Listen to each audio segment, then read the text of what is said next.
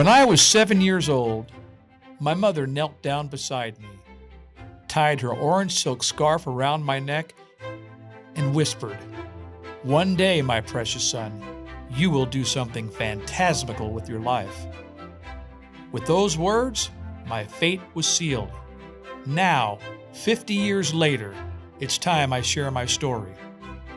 A story about the power of a mother's words to transform a child's future. I would go from surviving the rough streets of Compton to living among the elite in Beverly Hills. From dodging eviction notices to traveling around the globe with the world's wealthiest people. Though I would go on to become a world-renowned drummer, my story is really not about drumming. It's about dreaming and overcoming insurmountable obstacles to make those dreams come true. It's a love story between a mother and a son, an immigrant woman who came from Mexico to the United States to make a better life for her children.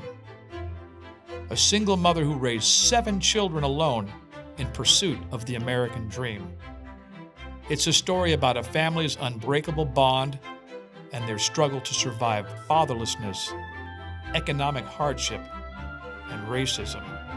It's a story about a quirky, hilarious, and tenacious kid who refuses to give up on his dream. Part sinner, part saint, but all heart in his epic quest for significance. And it's a story about the power of friendship and how those who believe in us help to shape the course of our lives. Now more than ever, we need stories of hope and triumph, stories that bring out the best in humanity and remind us what matters most. Universal stories of love, perseverance, and the power of dreaming big.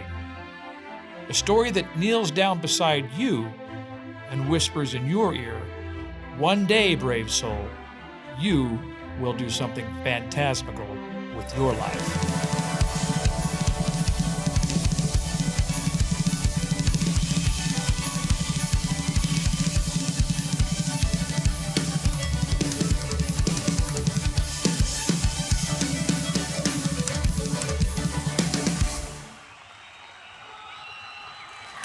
All right. How we doing this morning, Morning Star? How we doing? Come on, how we doing? This is so awesome to be here. It is such an honor and a privilege to come back. I was telling Natalie, Rick's assistant, yesterday, what a blessing Rick Joyner has been to my life and to the work that I do in ministry. I have been in ministry for many, many years, but very few people have seen me for who I am and seen my value and see what I carry. But Rick is one of those few guys who's been there for me, and he values what I carry and everything that I try to do, and he's just a rare man. So you guys are lucky to be in his presence, and I'm lucky to call him a friend. I'm excited to be here today. I have a lot to share with you over the next few days. I have a few different messages, so I hope you can come to all of them because they'll sort of work in succession. But the most important message that I think I could share with you is literally what God did in my life and what he made out of my life out of nothing. You saw the little book trailer there. The book is something I was working on for many years, but I'm going to start and tell you that story. Here we go. This is one of my favorite scriptures. There's many, but it's Ephesians 2:10. It says, "For we," each one of us, "for we are God's workmanship." He made us. We are God's workmanship, created in Christ Jesus to do good works, which he prepared in advance for us to do. So we were created by him to do good works. Part of the way that we're going to do those good works is to do what Rick said, is we have to walk into our calling and into our purpose. We are assigned those good works and the giftings that we have and the platform that we have with the purpose that we have. So that's one of my favorite scriptures because he's already prepared the good works for us to do. We just merely have to walk into them. So my story starts with my mother. Her name was Maria. She was from Mexico City, and she was a wonderful, wonderful woman of faith. And I wish she were around today. She would be very proud of the things that I'm doing in my life that she taught me to do. But Maria was from Mexico City, and she She raised 7 children alone, and I was number 5. I was the first to be born in the United States, and that's me when I'm an infant. I am scratching my head because at about this time, my father abandoned us. He deserted us. He basically took the only car that we had, the family car, and after marrying my mother, who had 4 children already, they had me. He moved back to Chicago, and when he got to Chicago, his friends had asked him, "What happened to the Mexican lady you married who was pregnant with your child?" And he went on to say that we died. He said that we died in childbirth because he had married her to escape going to Vietnam, because back in those days, if you were married and had a bunch of kids, you'd be the last to be drafted. So anyway, but he did leave me a little parting gift. If you look at the bottom of my stroller, what do you see there? You see a set of bongos. Those are bongos like from the Ricky Ricardo I Love Lucy days. And my father happened to be a drummer, but he left his bongos by accident. But when I saw that photo when I was a young man starting to play the drums, it became a very prophetic photo, because dangling beneath my infant feet was my destiny, which I had no idea that I would one day be a drummer. But anyway, but I had an affinity for Mark Twain, because after my father said I was dead, I read this quote from Mark Twain. He said, the reports of my death have been greatly exaggerated. They had said that Mark Twain was dead too, and that was his response. So I loved him after that. This is my family. No, actually, I grew up in Compton. Anybody heard of South Central Los Angeles? 2 people. Okay, so, well, it's an area in South Central Los Angeles known as Compton. It's known as the Hood. So I came straight out of Compton. That's where I grew up in my initial childhood, and then this is my family. So that's my mother. That's the only picture I have of all 7 of us that's like a regular old... Remember Polaroid? Does anybody grew up with Polaroid cameras? Remember those? They developed right in front of you. Well, that was my mother, and that's me in the middle with that Cheshire grin on my face. I look like the Grinch who stole Christmas. I was stealing a lot of things back then, but I couldn't do Christmas. That was too big of an order. This is a Radio Red Flyer wagon. Does anybody remember those? How many grew up with a... I think they still make them. Well, mine was used for things a little differently. So we had 7 children, the single mother, and it was a struggle to survive down in Los Angeles, and we moved all the time. By the time I was in the 4th grade, we moved probably 30 or 40 times. And sometimes we would use my red Radio Flyer wagon to move from one apartment to the next, because we didn't have money for a truck or a U-Haul, or we didn't even have a car. So I spent a lot of my childhood packing our stuff with me and my brothers and taking that from one place to the next. And that's how I grew up in Los Angeles. But I fell in love with Dr. Seuss. Anybody remember Dr. Seuss? Before some of his books got canceled. Dr. Seuss was one of my favorites. I used to love to read books because it took me to imaginary places that were better than my own life. But one of the quotes that I remember is this: "Why fit in when you were born to stand out?" Why fit in when you were born to stand out? I took that to heart. And inside of me as a little boy was a budding rock star. Inside of me was somebody who wanted to be different. And I realized later in life that when you're an artist or you're creative, God just makes you different. That's just the way you are. You're going to roll a little differently because that expression that's in you that wants to come out, the very thing that wants to bring you out on stage is part of being a peacock, you know? Peacocks want to show their feathers. So I didn't realize all that, but my mother used to wear these beautiful scarves, and I still wear scarves in her honor. And she used to wear these beautiful scarves, and I would say to her, I'd say, "Mama, you look beautiful. You look like a movie star. Like, I want to look like you. I want to look different. I want to look special." So I talked her into, my school picture was happening the next day, 2nd grade, and I talked her into letting me wear her orange silk scarf. I said, "Mom, I want to wear one of your scarves." She goes, "No, mijo, you can't wear my scarf, The boys will beat you up. This is not Mexico. This is the United States. They don't wear scarves." I'm like, well, Elvis Presley wears a scarf. Tom Jones wears a scarf, and I want to wear your scarf. And she finally relented, and she knelt down, and she tied her orange silk scarf around my neck, and she whispered something in my ear. She said, "One day, my precious son, you will do something phantasmical with your life." That was her own word. Phantasmical was a mixture of fantastic and amazing. Sometimes she would confuse words, but that was her word. And this is what I looked like. This was the morning of my 2nd grade school picture. I'm probably the only guy in history rocking his mama's scarf. I'm pretty certain I've never seen anybody else's school picture with that. I've got no front teeth, and I've got dirty fingernails, but I'm as happy as a clam because I'm going to be different in that school picture. So that was a bit of my childhood. And then I had a great fortune where one of the neighbors saw that I had a propensity for rhythm. I was always banging on things and making noise. And she goes, I want to take you to a concert. So she took me to see these guys, Diana Ross and the Supremes and the Temptations. Does anybody remember those guys?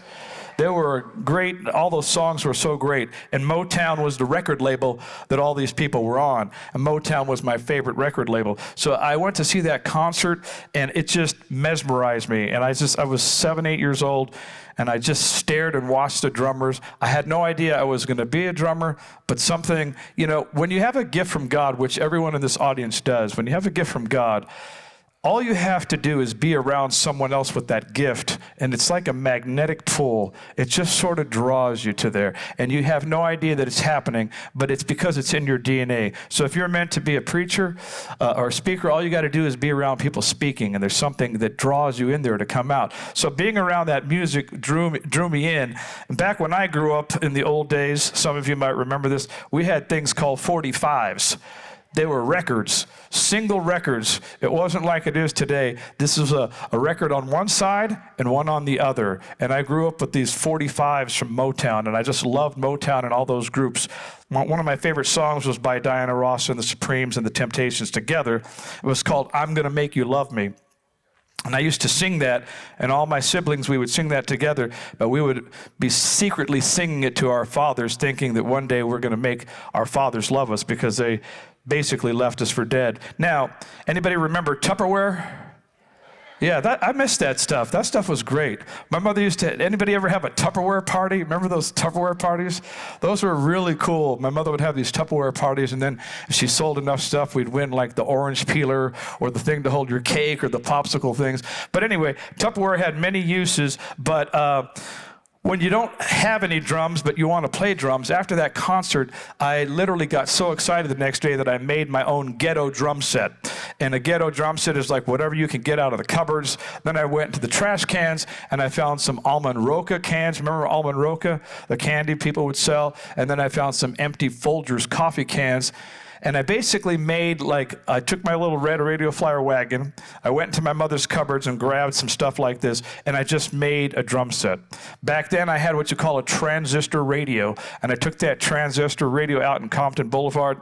I put on Wolfman Jack, which was the DJ who played a lot of soul music, turned on the soul music, and I played funky music along with the radio on my little ghetto drum set. And people began to throw coins into my wagon, and I thought, hey, I'm onto something here.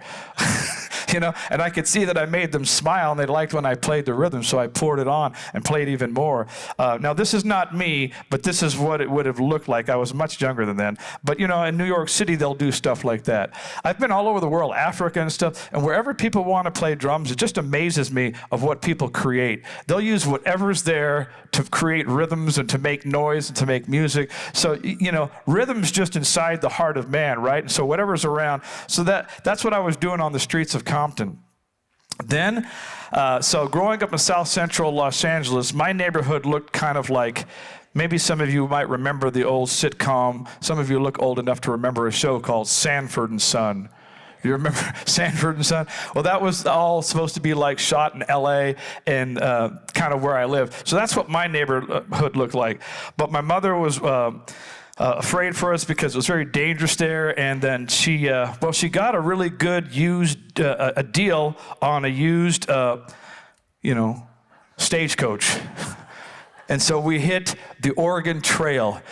She didn't really buy a stagecoach, but we actually did hit the Oregon Trail. And somehow we end up from Compton, California, and God took us up to a place called Grants Pass, Oregon, which is about as far apart geographically and culturally as you can imagine. From Grants Pass, Oregon was a town of 13,000, like a mountain town, nothing like the city I grew up in. So it was a wild adventure moving up there, sight unseen. My mother had never even been there. But anyway, we wound up in Grants Pass, Oregon. Well, if we thought things were tough in Compton, which they were, they got a lot tougher in Oregon.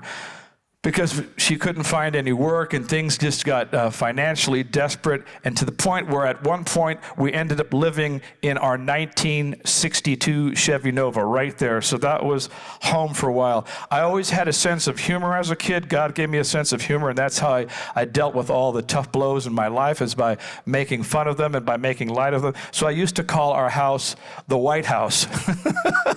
I said, I live at the White House. I'll tell you later what happened later, but it was amazing. But anyway, so we lived in the 1962 Chevy Nova, and but God's grace always showed up in our life, and God's provision always showed up in our life. My mother had this indomitable spirit, this incredible faith, and she just always trusted God. So I grew up witnessing how she dealt with these blows in life, and she constantly imparted that faith to me. One time, things got so desperate that we had run out of food, and we hadn't eaten in a few days. All we had left was like a little loaf of Wonder Bread. Does anybody remember Wonder Bread? I used to always wonder where the bread was, because nothing like it was bread. It was just like spongy white, like a sponge. But anyway, so we were down to Wonder Bread. We used to do wondrous things with Wonder Bread. You know, you could put butter on it and then put sugar, and it'd be kind of like a dessert. You know, you'd spread some margarine on there. Anyway, so my mother was an optimist, and she was looking through the newspaper, and she said, I believe God has found a way for us to eat. And we were all excited. She goes, there's going to be this contest in the city. It's called the Boatnik Festival. And it would be all these boats running up and down the Rogue River. But she said part of this 3-day festival is there's going to be food eating contests. And they were going to have flapjack eating, corn dog, watermelon eating contests. So me and my family and siblings, we entered all of the food contests, and we won them all. Every single one, we devoured food faster than anybody. This is me in the baseball cap with my sister and brother next to me, and this was us at the watermelon eating contest. And I remember this man came up to my 14-year-old brother and goes, what's the deal with your family? How is it you guys win every contest? And he looks at him and he goes, oh, that's easy, sir. All you have to be is starving. And the guy just walked away like he didn't really know what to do with that. But we were able to sustain ourselves during that time because of those food eating contests. And this was a place called Riverside Park. And my messages in the next 2 days is going to continue. And I'm an encourager. So I'm sharing with you this incredible story to encourage you what God can do, what God does, what God has always done, and what he will always do for those who choose to believe in him and walk by faith. So the themes of my messages will continue past this testimony story of today. So this was the present that I received at 10 years old from my mother. She saved $9.99, which might as well have been $1 million, and she got me a Mickey Mouse drum set. It was literally Mickey Mouse, and if I got a lot of my style from Mickey Mouse, because I still love bell bottoms. If you notice, Mickey's got some bell bottoms, and he's wearing a scarf. He was a funky Mickey. But anyway, so it was a toy drum set. It wasn't really real. And so I destroyed it by Christmas afternoon because it was made of paper heads. And but it put me, once I had those sticks in my hands, it connected me to my destiny. And even though it only lasted me a few hours, something inside of me was like, this is what I want to do. So that drum set kind of started, there's a scripture that says, do not despise the day of small beginnings. This was a day of small beginnings. It was a little toy set, but in it was destiny. And I remember going to the band director and asking if I could join the school band because I wanted to play the snare drum. And he turned me down. He said, no, we have too many drummers already. We don't need any drummers. So I was really discouraged. And then later in the year, I heard they were having a talent show. So I saw that they had a band, like a rock band that was in a talent show. And I just declared and decreed that I was a drummer. Even though I had never played a real drum set, even though I played for like 5 minutes on a toy set, I just basically lied and said I was a drummer. And so we didn't have a drum set, so I told my brothers and sisters, I said, I'm entering this contest, but we don't have any drums. So we rummaged around and we found an empty appliance refrigerator box. And we spent all night and we painted a drum set on the box, like in the Sears catalog. And that's what I showed up to. So we looked in the catalog. Remember catalogs? There were the windows to the outside world. Everything was in the catalog back then. So we just looked at the drum sets in the catalog, and then we drew it. And I entered the contest. The rest of the band was very mad at me that I didn't have a real drum set, but I said, hey, that's okay, I'll just play with my hands on this box. So I played with my hands on the box, and when we did the talent show, there was probably only 30 people there. But in my mind, I could see 1 million people. And I don't know if it's a prophetic vision God gave me, but I was so excited to play on that box and to play before people. And I could just see millions of people. And my mother was there with my brothers and sisters, and they were all cheering me on. But after the band director wouldn't let me in the school band, I needed a new dream. And so the drums had evaded me. So when I was up in Oregon, it was very beautiful up in Grants Pass, a lot of mountains and rivers and trees. And where I grew up in Compton was just, anybody seen those LA aqueducts, those concrete rivers? There's no greenery. That's how I grew up. So in Oregon, I wanted to go camping really bad. And I just dreamed of going camping, but we couldn't afford to send me camping. And what do you do if you're 11 years old and you want to go camping more than anything? Well, if you're me, you begin to write a book about camping. So I checked out every book from the library, and I decided at 11 that I was going to be smarter than all of them. I decided I'm going to write a better book than all of those. I would find something I liked in each book, but then the other book didn't have it. I said, I'm going to write the most definitive book on camping ever written. And so I began writing this book on camping. And so this was me at that age with my camping manuscript in my red briefcase.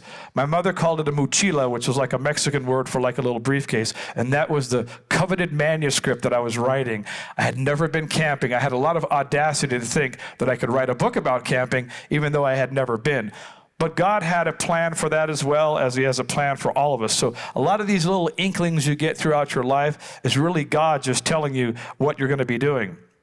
So continue to work on my camping book, and then I saw that all around us were animals. And so I thought, gosh, I want to raise animals. People had horses and cows and pigs and all these animals, but we couldn't afford any of them because those animals are very expensive. So we decided we were going to raise chickens because chickens were really cheap. And so my next dream was born. My next dream was hatched. My next scheme was hatched. I was going to become the world's greatest chicken farmer. I started off with 2 chickens. Within a few years, I had 300 chickens from all around the world. I had this whole I knew everything there was to know about chickens. This is what I was going to do. This is me at 13. I'm at the Rogue River Rooster Crow contest. So when you're in boring places in the middle of America, there's nothing to do, they invent things to do. And they invented something called the Rooster Crow contest. So you win a prize if your rooster crows more than any other rooster in 30 minutes. And so this is me at the Rooster Crow contest. So after I was raising chickens, well on my way to becoming a successful chicken farmer, I made a big mistake. I decided to raise St. Bernards. I started off with 1 stray St. Bernard and began to raise puppies, but my 1 stray St. Bernard went wild one day and broke into the chicken coops and clobbered all of my chickens in one fell swoop in one afternoon. There goes my entire dream. Everything that I had was lost, went up in smoke. And now I'm a man in search of another dream because the chicken thing didn't work out, the camping thing didn't work out, and that eventually led me to looking for my identity. And so here I am at 14, wearing 1 glove, looking for trying to invent myself. But what I really needed more than anything besides an identity at that time was I needed a job. So I went to my high school counselor and I asked him if he could help me find an after-school job because I needed money to finance whatever was going to be my new dream. And he said, well, what do you like, kid? I said, well, I like music. Can you find something to put me around music? He comes back a week later. He goes, well, I got you a job. The good news is I got you a job. The bad news is you're not going to like what it is. I'm like, why? Well, what is it? He goes, well, it's a custodial position. I said, you like mean a janitor? He's like, yeah. I'm like, oh, that doesn't sound musical to me. And I said, well, where's it at? He goes, well, this is the part you're not going to like. I'm like, what is it? He goes, it's right here. Right where? Right here at this. You mean at our school? He goes, yeah, you're going to be a janitor at your high school. I'm like, no. But anyway, I took the job. I humbly took the job, and because I needed the money. So that's what I was. I was the after-school janitor at my own high school. So when the bell would ring, the kids would see me, and they would see me immediately vacuuming, cleaning the toilets. It was a very humbling job. It was a job where they humiliated me a lot. My mother was from Mexico, so they called me Dirty Mexican all the time. So it was a very difficult time. But I remember I was always a collector of words, and I always collected Bible phrases and scriptures and motivational quotes. And I remember this one, and it was from Martin Luther King. And he said, if a man is called to be a street sweeper, he should sweep streets even as Michelangelo painted, or Beethoven composed music, or Shakespeare wrote poetry. He should sweep streets so well that all the hosts of heaven and earth will pause to say, here lived a great street sweeper who did his job well. So I always took it upon myself that whatever I was going to do, whatever God called me to do, I was going to be the best at it. I was going to be the world's greatest janitor. And when I cleaned those urinals, I made them so sparkly that if you walked by, you might be blinded by the light, because I was there. I was going to make my mark wherever I was. And so it just so happened that in this job, it was a 2-hour job, but towards the end of the job, here was the musical part. He said, you get to clean the band room. So I vacuumed the band room, put the music stands away, put the instruments away, but I would leave the last 10 minutes to sneak on the drums. Now, I never played before in my life. I never took any lessons. I didn't own any drums or sticks, but the sticks were always there, and the drum set was there, and no one was there. So I just got on those drums, and I just began to play for 10 minutes each day. And then one day, unbeknownst to me, the band director was in his office with his door closed. He was always gone, and then he came out and startled me. And he said, what are you doing, kid? I'm like, I'm sorry. I was done cleaning. I was just banging on these drums. He goes, wait right there. So I know he's going to go get my boss, Clarence, and get me fired.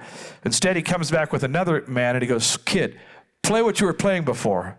And so I played, and they looked at each other. He goes, where have you been hiding? He goes, son, you've got some real talent.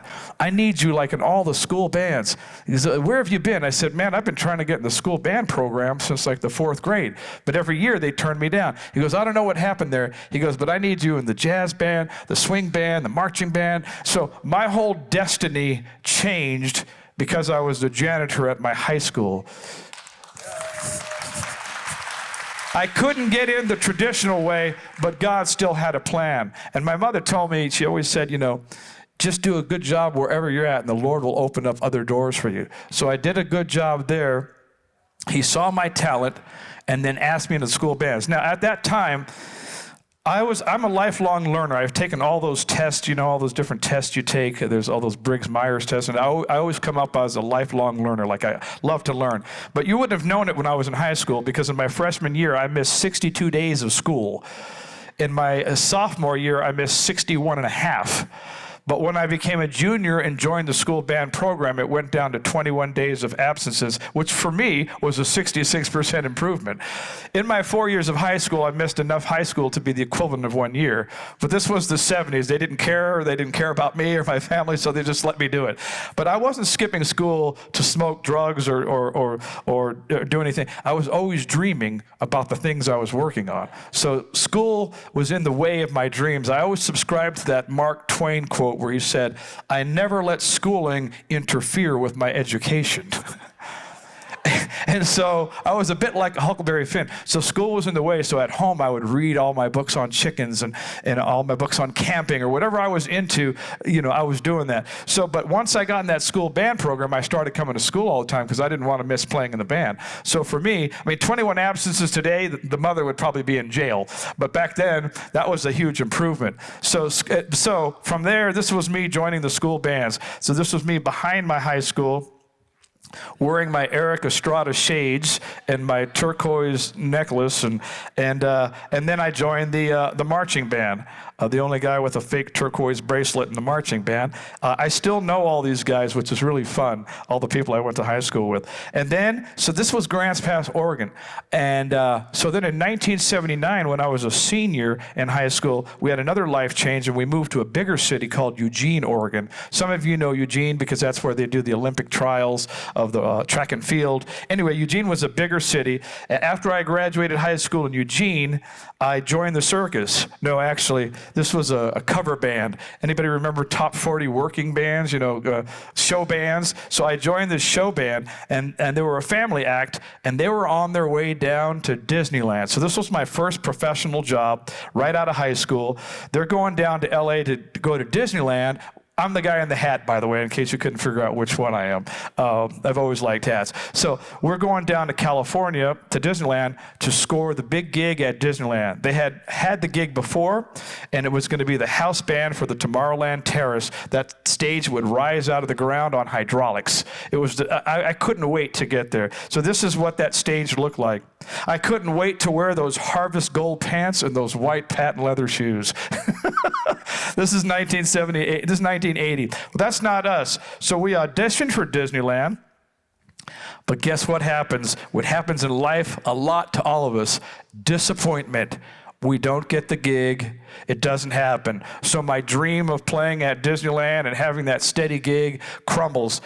And so we're trying to now scrounge up some work down in Anaheim, and I call my mother and I tell her, I said, Mama, it's not working out down in California. The band's falling apart. We're not getting enough work. I think I'm going to have to come back to Eugene to regroup. And she told me something I never forgot. She said, "Don't come back, son." I said, "What do you mean?" She said, "Don't come back." She said, "If you come back, you'll never leave. You have to find a way to stay down there." Said, "You have real talent. That's the only place where you're going to have an opportunity." And those were not the words that I wanted to hear. But I didn't really know what to do because I was like, well, what do I do? So God gave me this vision and this idea. So my favorite band one of my favorite bands, I had many, but one of my absolute all-time favorite groups was a group called Earth, Wind, and Fire. And they're still one of the greatest groups of all time, and they had so many great songs. But I saw this ad with Earth, Wind, and Fire advertising that they had a Panasonic boombox. So the boombox was like the ghetto blaster. You'd put your cassette tape in, and you can crank your music. So I spent my last $200 on the boombox from Panasonic because Earth, Wind, and Fire had it. And I get this crazy idea. And I decided to go down to this place here, Beverly Hills High School. So this is Beverly Hills High School, one of the most beautiful high schools in the country. It looks like a college. It looks like an Ivy League school. And the vision that God gave me, the idea that he gave me was I was to go sit on the lawn with the boombox. I was wearing all yellow that day. I had a yellow silk shirt, yellow silk pants. I looked like Big Bird. You couldn't have missed me. You couldn't have missed me. And I had Earth, Wind, and Fire's greatest hits on the boombox. I had a practice pad and some sticks. And the idea was I'm going to go sit on the lawn at lunchtime, and I'm just going to jam to Earth, Wind, and Fire. And if there's any musical students here, I'm imagining they're going to come up and talk to me, wondering who's this new kid. So I'm cranking Earth, Wind, and Fire's greatest hits, and within 10 minutes, this kid comes up and starts talking to me and said, "Hey, you jamming pretty good on those drums. Are you new here?" And I never really intended to do that, but I just kind of said, "Yeah, I just transferred," because I'm not supposed to be on the lawn at Beverly Hills High intruding at the high school. So I just pretended I was a new student. I said, "Yeah, where are you from?" "I just transferred from Eugene." And so he happened to be this kid. His name was Kennedy. Oh, this is what I looked like, by the way. This wasn't from that day, but that's kind of how I was dressing in those days. I had the hat, but back in that day, I was all yellow. So I met this kid. His name was Kennedy, and Kennedy drove a Trans Am, a silver Trans Am, and he would drive me all around. I didn't know LA that well because I only lived there as a kid, and so he would drive me all around. We became fast friends, and a couple months later, he decides to take me up to his house. So Kennedy lives in this little city called Bel Air, and if you've never heard of Bel Air is where all the rich movie stars and movie producers and everybody who's got money lives in Bel Air. So I'm going, gee, I wonder what this guy's dad does or mother does, because he never told me he lived in Bel Air. So he drives me up these winding roads, and we go and we see all these beautiful houses hidden behind bushes and shrubs. We finally get to his place. It's hidden behind all this shrubbery. It's got a gate that opens like the Bat Cave from Batman. We wind up his roads. He's got cobblestone roads. He's got a tennis court on the right-hand side, llamas on the left-hand side. And then we get to his castle, 5 acres. I'm going, oh my God. Then he introduces me to his father when we get to his house. And his father's this man. You may not recognize this man, but you will know who he is. His name was Berry Gordy, and he was the founder of Motown Records, which happened to be my favorite record label, which was home of the Jackson 5, Marvin Gaye, the Supremes, the Temptations, Diana Ross, the Four Tops. Every group that I had, every one of their 45s, all of a sudden I'm at Berry Gordy's house. And I'm like, I can't even believe where I'm at. And so I meet him, and I start hanging out every day after school, because again, I show up every day at school even though I don't go there. I show up every day like I'm a student with my backpack. I go in the library when everyone else is in class, and I read my drum magazines, and then I go hide in the practice room and practice, and then when the bell rings, I come out and I'm amongst all the students, and I look like one of them because I'm their same age. I just graduated. So I keep up that charade for a long time, and then finally one day I'm up at Berry Gordy's house, and Kennedy is the only kid in the world I ever met who had pinball machines in his living room, but you don't have to put coins in them. You can just play them to your heart's content. So I'm playing pinball machines and doing all this stuff, and then I hear the doorbell ring. And then I don't see that anybody answers it, so and it rings again. But I saw 2 Rolls Royces pulling up. I could see them from the corner of my eye up the driveway, and I thought, that must be something important. Nobody answers the door, so I decide to go answer the door myself. And I answer the door, and these guys, well, this is Motown. This is this is what the Motown label looks like. Stevie Wonder was on there too, everybody, right? So then I open the door, and it's these guys. It's Michael Jackson and the Jackson 5. And you got to understand, they're also one of my favorite groups. I belonged to the fan club when I was a kid. I joined the Jackson 5 fan club. I had all the paraphernalia, the magazines, the Post-it notes, everything. And I'm like standing there, Michael, Jermaine, Jackie, Tito, Marlon, like, I know all your music. Let's jam. I can play the drums. I know The Love You Save, ABC. I know all those songs. And then Michael looks at me and goes, kid, you got a lot of heart. I said, come on, Michael. If you had a lot of heart, you'd play with me, man. I know all your songs. Come on, there's some drums over there, and there's a bass, Jermaine, you know. And he goes, oh, man, well, maybe some other time. We're here to meet Barry. So anyway, I was so excited. I drove home that night, and I wrote in my diary, I said, I can't believe I met Michael Jackson and the Jackson 5, my favorite group. I always knew that I would meet them. I used to write in my diary, and I would write declarations and decrees, and I would say, one day, I'm going to be sitting on a plane next to Earth, Wind, and Fire, and they're going to love me, and I'm going to be their friend. And one day I'll meet like I would make these declarations and decrees, and I wrote that in my diary. I said, it finally happened. Something that I said finally happened, and I told my mother, and she was excited. After that, my mother shared the scripture with me. It was Proverbs 22:29. She says, do you see a man skilled in his work? He will serve before kings. He will not serve before obscure men. She would read this to me, and I would practice like crazy. And sometimes I'd practice like 12 hours a day. And she would remind me that one day I'm going to serve before kings. I'm going to play before great people. Well, it wasn't but a few years later, and some of my dreams began to happen, and I began to play with Stevie Wonder. That's me with the towel, and that's Stevie Wonder. And Stevie was another one of my idols. And so I was all of like 20, 21 then. And then the dreams that I had, the prophetic dreams of meeting Earth, Wind, and Fire, because I would dream about it, I would write about it, and then all of a sudden it happened, and I met them, and the very first big gig I ever did was with the lead singer from Earth, Wind, and Fire, Philip Bailey, the guy with the beautiful falsetto who sang Shining Star, Reason, September, all those songs. And then not long after that, 1985, one of my other first big gigs came in. I was playing before 2 million people in Washington, D.C. on the 4th of July for a free concert.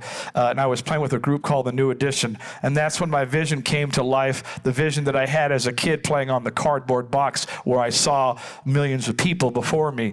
And it was incredible. So New Edition in the 80s was like the Jackson 5 was in the 70s.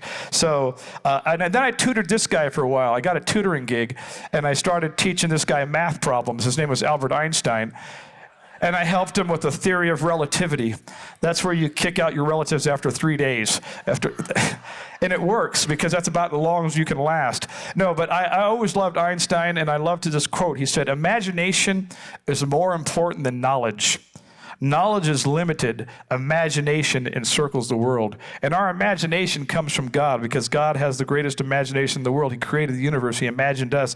And so I believe he gives us an imagination. He gives us the ability to dream things. That all comes from him. And it's just very interesting how he speaks to us. So one of the first big gig with the New Edition of all places was Disneyland. So I get rejected in 1980 from the top 40 band that doesn't get in Disneyland. In 1985, I stormed the gates of Cinderella's castle finally, but I come there with a band that's huge, and we play for a crowd of like 80,000 people. So every single time God's ever given me a vision for something, and I'll talk more about this in the next messages, but every single time God's given me a vision for something, it's always been met with opposition. It was never a straight road. It's always met with disappointment.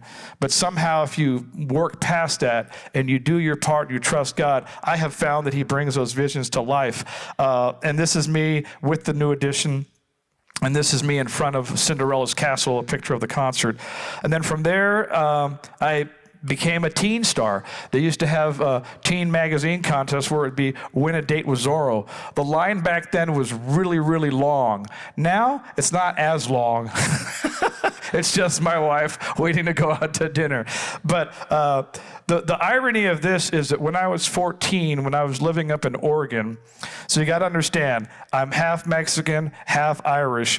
I grew up in Compton. I grew up in a completely black neighborhood. So culturally, I was black, but I did not look black. I did not identify with the Irish culture because my father left, and so I didn't know anything about that culture.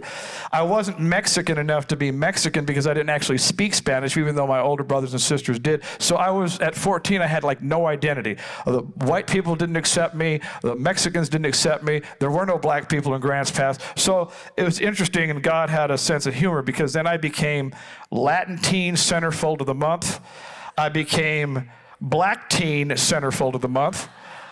I might as well have been Afghani Teen Centerfold of the Month, Taliban Teen Centerfold. I became Teen Centerfold in every kind of ethnic type of magazine, and I was like, God, you have an awesome sense of humor. I was accepted by none of these people when I was a kid. Now I'm everybody's claim to fame. And it was really, really funny and beautiful at the same time. And then I reminded Michael later, because I recorded a song with him, I reminded him that I was wearing the one glove long before him. Remember that picture of me in 14? I said, Michael, I was doing that a long time ago, bro.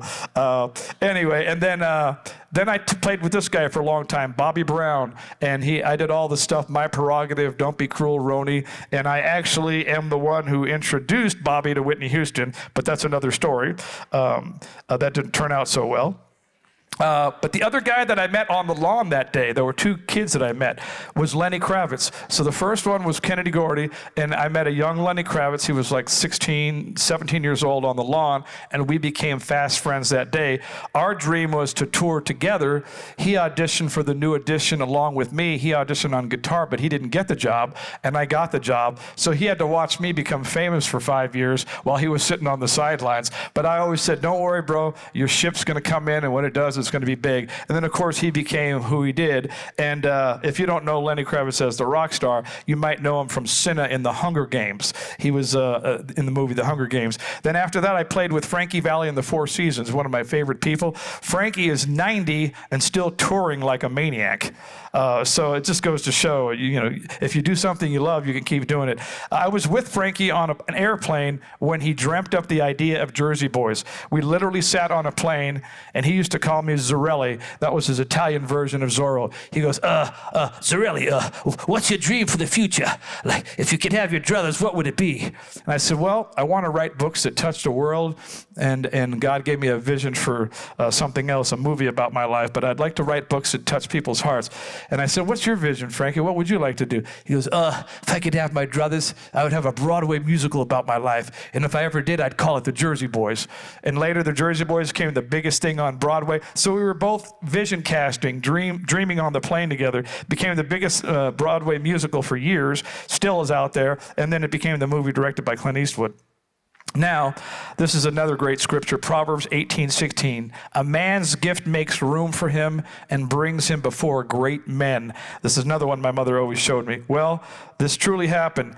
This guy standing next to me, This is for another story I'll go into more in depth later. But that man standing next to me is a guy by the name of Paul Allen. And Paul Allen, if you don't know, he was the co-founder of Microsoft. He was Bill Gates' partner. He was the fourth richest man on planet Earth.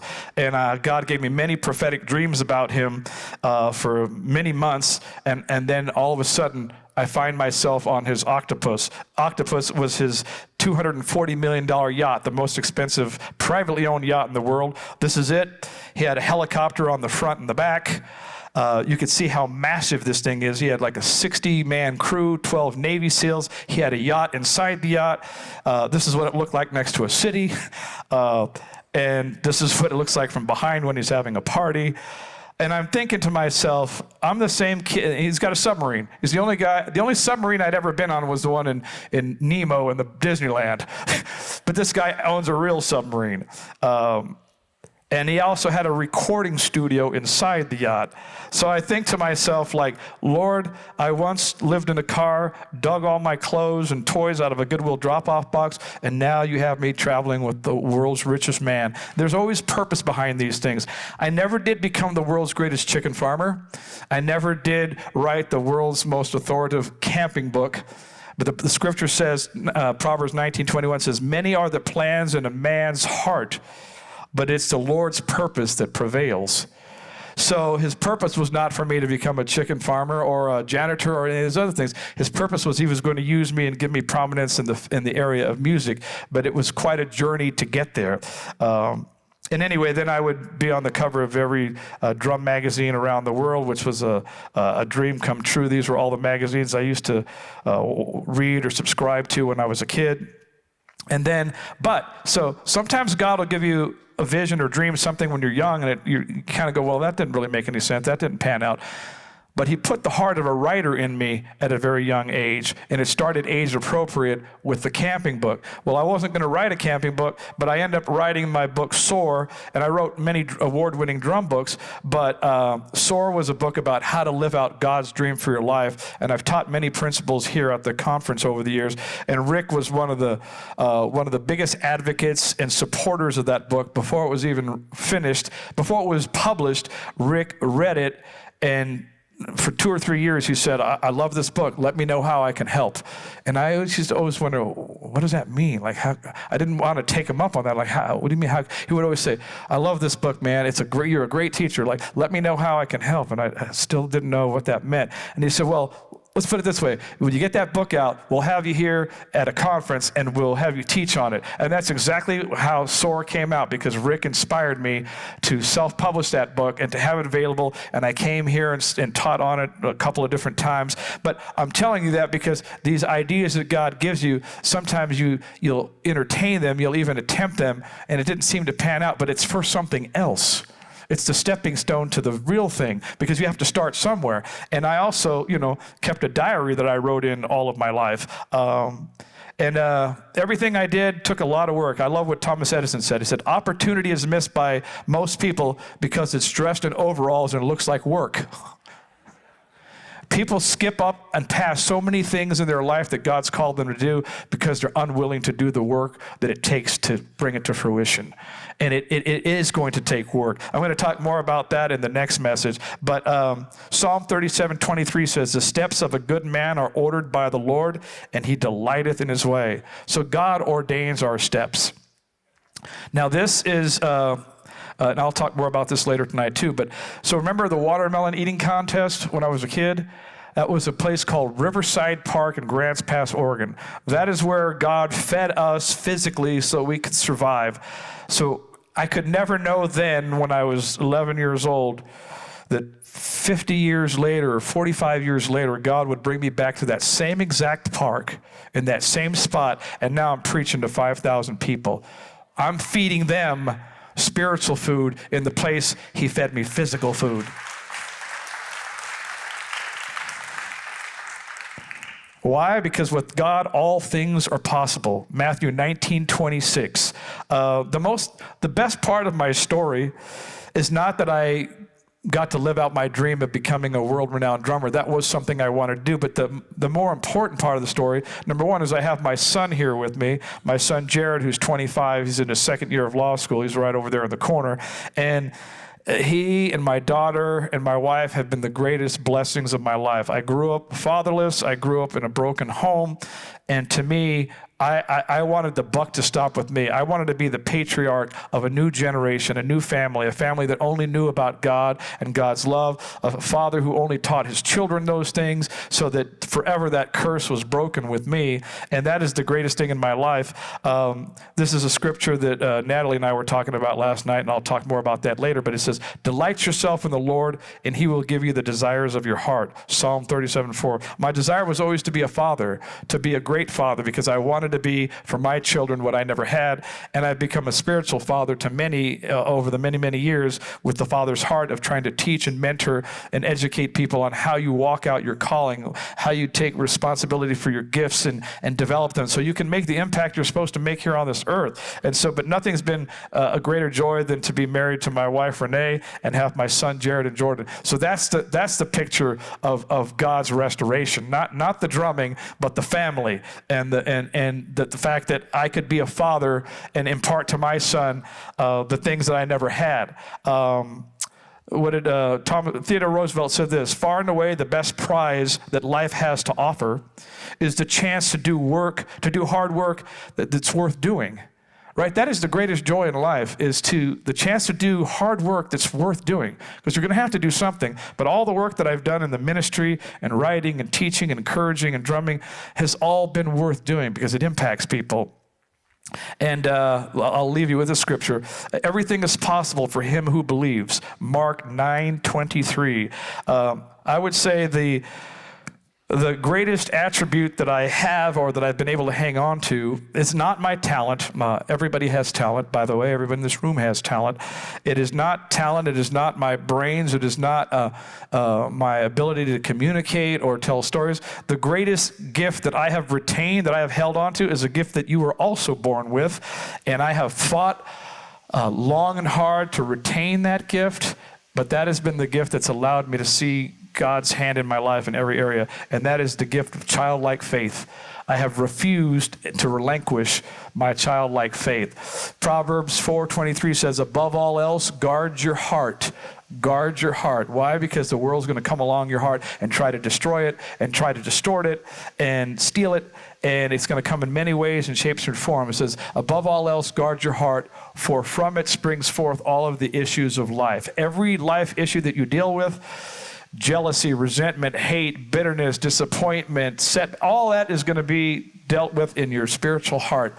And you have to guard your heart so that you don't get jaded and you don't get bitter when things don't go your way. Because for most of my life, things did not go my way. And even up to now, you'll learn tonight when I tell you more stories, there are many disappointments. But I guarded my heart to continually think like a child and trust and believe in God and not in the circumstances, and believe in God's promises, in the visions he gave me, and the prophetic words I received, and refuse to look at the world or the circumstances. And that's my story, and I'm sticking to it. So now I'm going to end by playing a little song for you. It's going to be a medley, a short little medley of some of the hits of the groups I played with, if that's okay. Does that sound all right? And I will be at that product table, whatever we have. I don't have a copy of there's a copy of the book there on the table, but it's my memoir, of which all that I shared is in there, and a lot more, is 400 pages. It'll be there. We brought some copies of that. It's called Maria's Scarf, a memoir of a mother's love, a son's perseverance, and dreaming big. My son will be there running the product table. We'll have a signing like at 1 o'clock or whatever. But I am thrilled to be here. My greatest joy in life is encouraging people and strengthening people and building people and teaching them the things. There's many times God spoke a prophetic word to me. He said, I'm going to multiply you. The things that I put inside of you that I taught you to do are going to go into many others. And all the things that I showed you, you're going to write down so that I can multiply what I've done in your life into multitudes of others. And the only way I know to do that is to write, because there's only going to be so many one-on-ones in my lifetime where I'm going to encounter people. There's only going to be so many conferences I'll be able to speak at. But when you write something, it could go everywhere. And so I was faithful to God to do that, to put those things down. And nothing gives me greater joy than to impact people and to inspire people. God made me after 5 dudes in the Bible. I'm a combination of all 5 of them. I'm an encourager like Barnabas. I'm a musician like David. I'm a teacher like Paul. I am a evangelist, a radical evangelist like John the Baptist, but I'm wrapped up in a guy like Daniel, because Daniel was a God's man in a secular society. God has put me in a secular kingdom, and I've reached kings, and I've spoken everywhere from Folsom Prison to the White House to Denzel Washington to all the people you can imagine, the down and outers and the up and outers, but I'm the same dude with all of them. But I run in those 5 spiritual gifts, and any given day they all come out in one day, and you have gifts yourself. All you got to do is recognize them. We can only run with what we have. I've run with what I have, but I've been faithful with it.